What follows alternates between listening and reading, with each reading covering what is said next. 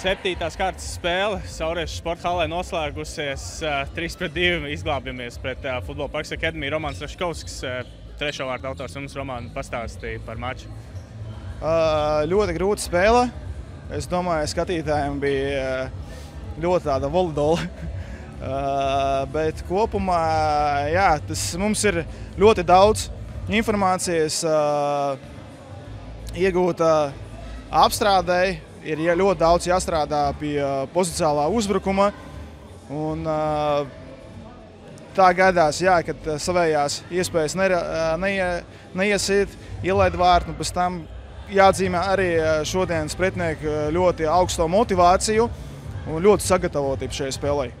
Jā, es tieši gribēju prasīt, liekas, Futbola Parks galvenais treneris Arturs Šketovs, cik ļoti to varēja just, ka pretinieku komandai ir kvalificēts ļoti labs treneris, kas bieži, protams, virslīgas čempionātā nav. Es domāju, jebkura komanda strādājot ar tādu speciālistu kā Arturs Šketovs ir ieguvēja. Komandai ir daudz jauniešu, jaunos gados jaunu spēlētāju, kuri noteikti smelsies to telpu futbola struktūru, informāciju, taktiku, visu zīmējumu, kas ir visu, ko var iespēt, un noteikti šī komanda augs. Esmu pārliecināts, ka pēc Ziemassvētkiem, pēc jaunā gada mēs redzēsim jau citās krāsās šo komandu, kura visticamāk uzņems apgrieziens.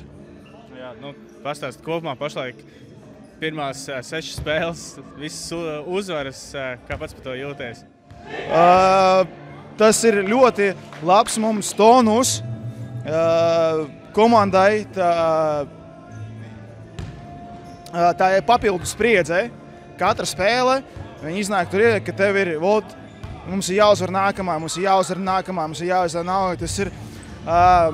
Es domāju, ka mēs neatkarīgi no tā, kā mēs spēlējam, slikti vai labi, un ja mēs gūstam to rezultātu, tas ir tā čempionu komandas raksturs.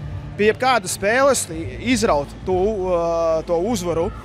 Jā, ir labas spēles, ir sliktas spēles, bet ja tu to galveno panākumu izveido uzvari, tad noteikti tas ir pareizais ceļš, kā kļūt par čempioniem. Paldies, Romān, un veiksim turpmāk čempionātā. Paldies visiem atbalstītājiem!